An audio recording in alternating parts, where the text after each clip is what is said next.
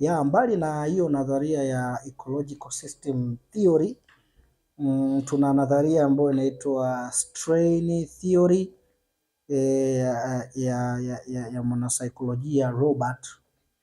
Yenyewe inaelezea kwamba serikali, unajua, inakuwa ina malengo, lakini sasa hayo malengo ya kumtoa mtoto mtaani hatuna njia sahihi.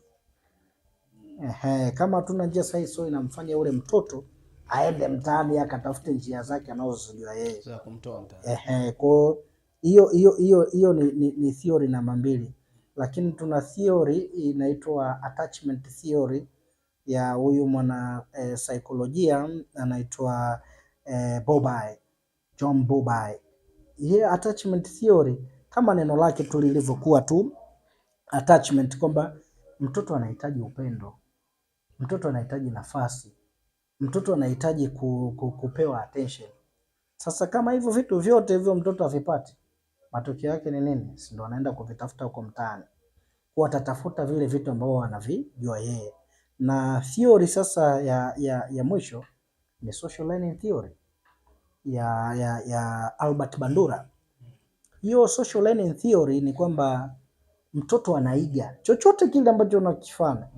Yani ukiona hata wewe mtoto wako nyumbani, kama unapenda kufanya kitu fulani, utasikia baba anafanyaga hivi, kwa hiyo mtoto anaiga. Sasa anaiga nini?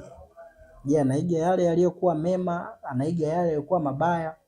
Kwa hiyo ndio hizo nadharia ambazo mara nyingi unakuta zimejikita katika hayo masuala ya watoto. Kwa hiyo kama kuna migogoro, kuna nini, ni vitu ambavyo vinamfanya mtoto aweze kuondoka kwenda huko mtaani. Naam. Sawa.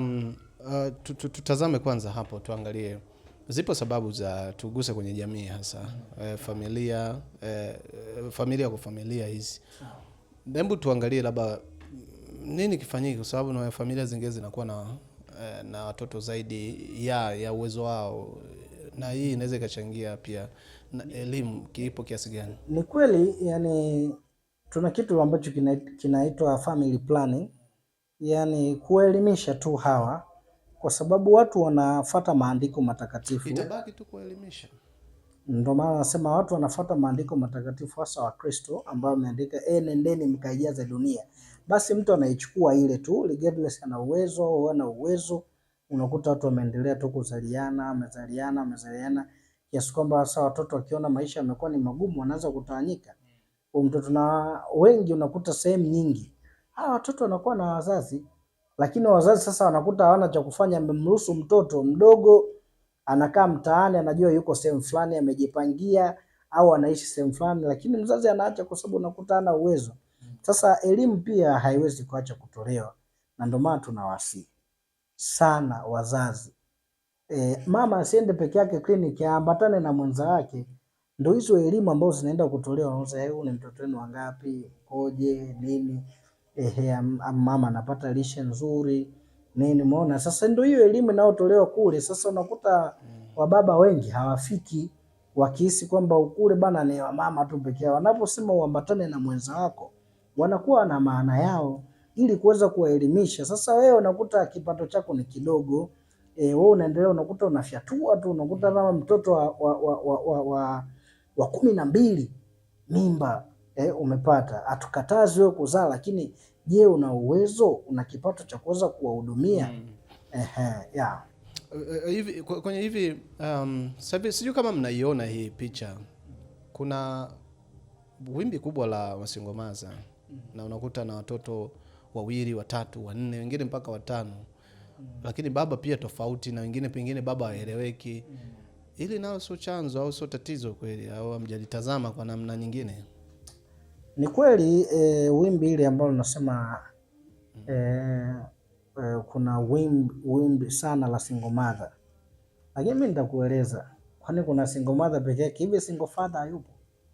Maana naona imeganda katika upande mmoja tu single mother. Hivi hakuna single father? Kwa sababu moja, sijui imekaje, lakini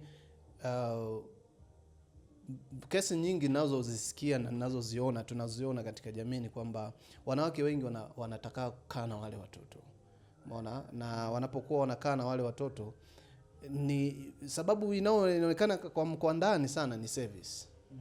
Umeona? Sasa ndio maana nikasema single mothers wanakaa na watoto zaidi ya 2 3, kwa maana wengine wanafanywa kama kitega uchumi. Sijui kama hii unaiona. Mwisho wa siku wale watoto wanaingia sasa mtaani. Kwa hapo naweza nikasema kwanza, it's not easy to be a single mother. A single mother is the title.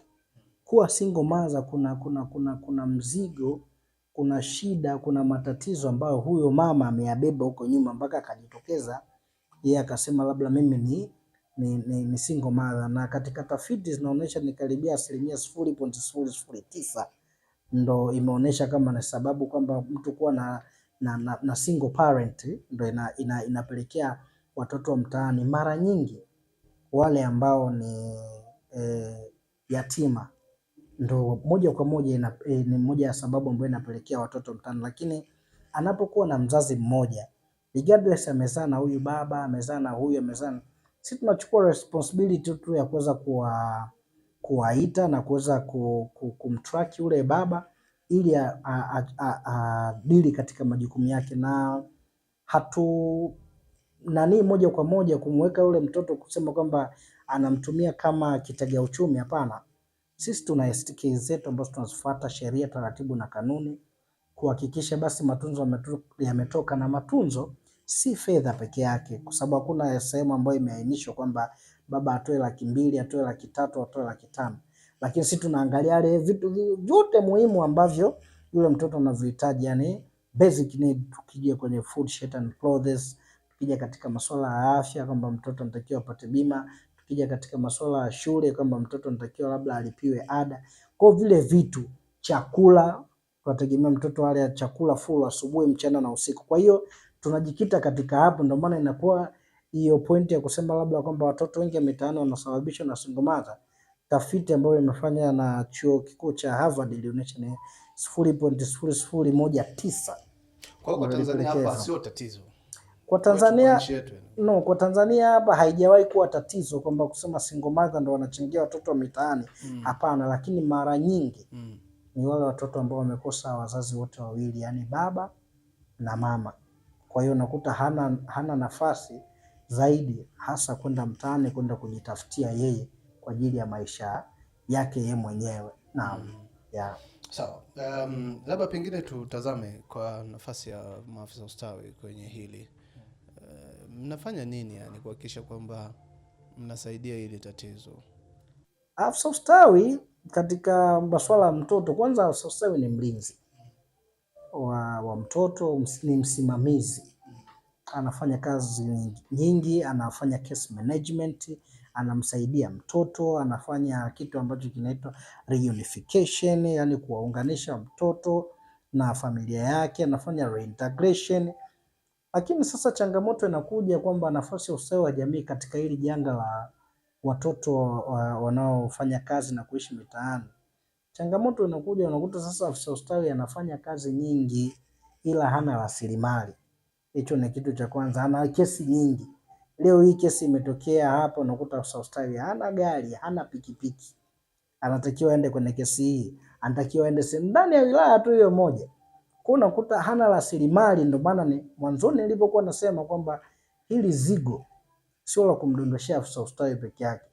Kabla hujamdondoshia afisa ustawi kwamba mbona wilaya yako naona kama kuna matukio mengi ya watoto na yako sehemu tofauti tofauti, lakini angalia pia numbers za kesi ambazo wameziibua na ambazo wamezifanya na ambazo zilimshinda. Kuna changamoto gani? Kwa unakuja unakutana kwamba afisa ustawi anakumbana changamoto ya rasilimali. Hana rasilimali, hajawezeshwa yeye kuweza kumove kutoka sehemu moja kwenda sehemu nyingine. Watakubaliana na mimi hapa maafisa ustawi kwamba mara nyingi wamekuwa wakitumia rasilimali zao, hasa rasilimali fedha, ili tu kuokoa jamii na kufanya sasa kazi ziende. Lakini ni profession ambayo nafikiri inatakiwa iangaliwe kwa jicho la ukaribu sana. Mara nyingi matokeo yakitokea, matukio ya ubakaji, sijui ulawiti, mtu wa kwanza anaotafuta majanga yote afisa ustawi wa jamii, afisa ustawi wa jamii. Lakini je, kuna incentives zozote ambazo zinamsaidia yule afisa kusema kwamba I'm doing this? Ndio maana kazi ya ustawi wa jamii ina vitu viwili. Kwanza you have to do it in passion. Sasa mostly unakuta maafisa ustawi mostly maafisa ustawi wamepoteza ile passion, ile wito wa kufanya ile kazi, kwa sababu mtu anaona sasa nafanya hii kazi, natumia resources zangu mimi mwenyewe, natumia mshahara wangu mwenyewe, lakini hakuna ile in return hata kuangalia sasa afisa ustawi anafanya kazi katika mazingira magumu. Kwa hiyo definitely anatakiwa apewe incentives ambazo zitamsaidia yeye most of the time. Ningependekeza mimi kwamba kuwe na pikipiki, lakini hata kuwe hata na gari maalum, kwa sababu matukio ya jamii hayapigi hodi. Pengine yale yanatumika halmashauri na mimi mkoa, labda yale ambayo yako kule yanaweza kushare pia kufanya kazi, au natamani ustawi wa jamii huo na specific kwamba una usafiri wake ni kama ilivyokuwa ambulance, kwamba iko specific kwa ajili ya shughuli fulani. Hivyo hivyo matukio ya ubakaji yanapiga hodi, hayapigi hodi. Ya ulawiti yanapiga hodi, hayapigi hodi. Natural calamities au natural disasters zinapiga hodi, hazipigi hodi. Kwa hiyo chochote kinachokuwa kimejitokeza kwenye jamii, tuna matukio labda ya kujinyonga sijui nini, afisa ustawi wa jamii anatakiwa afike sehemu husika. Kuna vipigo sehemu fulani, familia fulani inaonewa, tunahitaji kumwokoa ule mtoto. Unamwokoaje? Unafikaje? Kwa hiyo linapokuwa gari ambalo limeletwa specific kwamba bana serikali imeleta au mheshimiwa rais amewaona maafisa ustawi wa jamii katika halmashauri 184, nimeleta magari haya ni special kwa ajili ya kazi huduma za ustawi wa jamii tu, yani ikihitajika kitu fulani hapa, nafikiri kwa namna moja namna nyingine pia itakuwa imesaidia sana kuweza kutatua hilo tatizo na hayo, kwa sababu hata jamii yenyewe wakati mwingine inaona tukio limetokea mbali kilomita unakuta la 60 au 40 au pengine hata 20, lakini pia miundombinu yetu unakuta sio salama. Unafika kule unahitaji kuokoa watu zaidi ya 2, pengine hapo umepewa pikipiki.